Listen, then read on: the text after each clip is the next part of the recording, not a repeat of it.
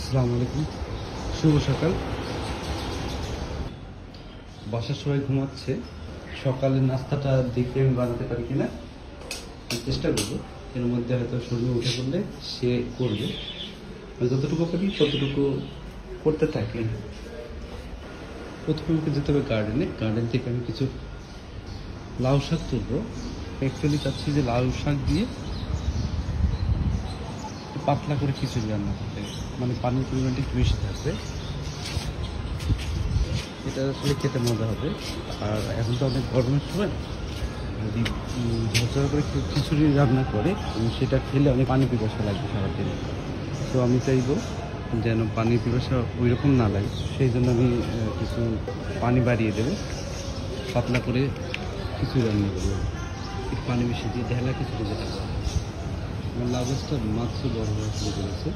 আমি এখান থেকে কিছু পাতা নিয়ে নেব।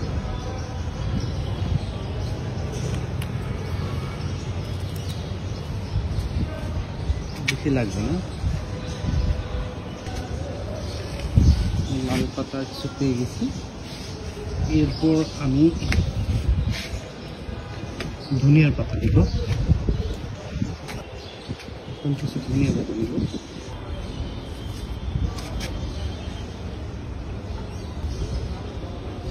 কিছু ধনিয়া পাতা পেয়ে গেছি। ওকে,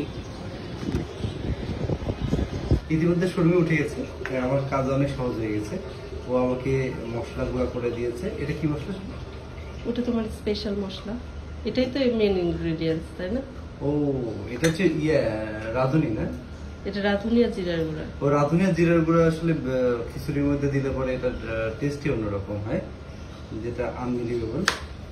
আমি ফ্রিজে দেখলাম মিষ্টি কুমড়া আছে, আমি মিষ্টি কুমড়া ইউজ করবো। পেঁয়াজ কেটে নিয়েছি। ডাল দুই রকমের নিয়েছি, একটা হচ্ছে মসুরের ডাল আর একটা হচ্ছে মুগের ডাল। আর আমি চাল নিয়েছি, চালটা একটু ভিজিয়ে রেখেছি। আর হচ্ছে এটা নিয়েছি হচ্ছে, আমি তো গার্ডেন থেকে নিয়ে আসলাম এগুলা, আর লাউয়ের পাতা আর হচ্ছে ধনিয়া পাতা। প্রথমে চালটা দিয়ে নিচ্ছি। আমি 150 গ্রামের মতো চাল নিয়েছি, কারণ পানি বেশি দিব আর আমরা খাবো মাত্র 3 জন। আমি এখানে পেঁয়াজ একটু ছোট করে কেটেছি, আর কিছু পেঁয়াজ রেখেছি আমি একটু বড় বড়। এগুলো আসলে খিচুড়ির মধ্যে আপনি দেখবেন যে এরকম বড় পেঁয়াজ থাকলে খেতে একটু মজা লাগে। মিষ্টি কুমড়া নিয়ে নিচ্ছি, কাঁচামরিচ নিচ্ছি, ডাল নিয়ে নিচ্ছি। গার্ডেন থেকে যে লাউ পাতা নিয়ে আসছি এবং ধনিয়া পাতা, সেটা এখন দিয়ে দিচ্ছি। আমি প্রথমে দিয়ে নিচ্ছি রাঁধুনি আর জিরার গুঁড়া, যেটা আমার খিচুড়ির টেস্টটাকে অন্যরকম পর্যায়ে নিয়ে আসবে। এটা ফ্লেভারটা অনেক অনেক অনেক সুন্দর ফ্লেভার আছে খিচুড়িটা। আর একটু আমি গরম মশলার গুঁড়া দিচ্ছি, খুব বেশি দিব না, কারণ আমি চাই যে কিছু অন্য ফ্লেভারগুলো বেশি আসবে। একটু ধনিয়ার গুঁড়া দিব, না দিলেও হয়। তারপরে লবণ দিব, তারপর হলুদ দিব। হলুদটা একটু কম দিব। তেল দিব, তেল খুব বেশি দিব না। তারপর সুন্দর করে মাখাতে হবে এটা।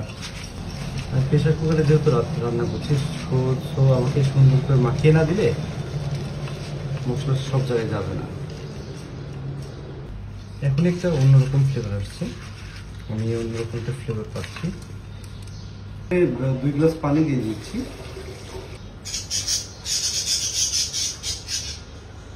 যেহেতু আমি নরম খিচুড়ি রান্না করতে যাচ্ছি, তো আমাকে আরেকটু বেশি পানি দিতে হবে। প্রেসার কুকারে মুখ বন্ধ করে আমি আসলে অনেক লো আছে রান্না করতে যাচ্ছি। রান্না শেষ হয়ে গেছে, অনেক সুন্দর ফ্লেভার আসছে।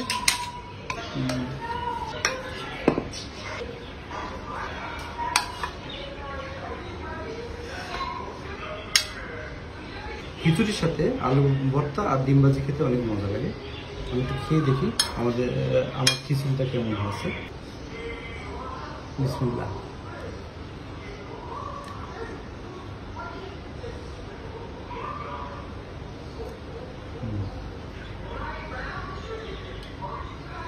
অনেক টেস্টি।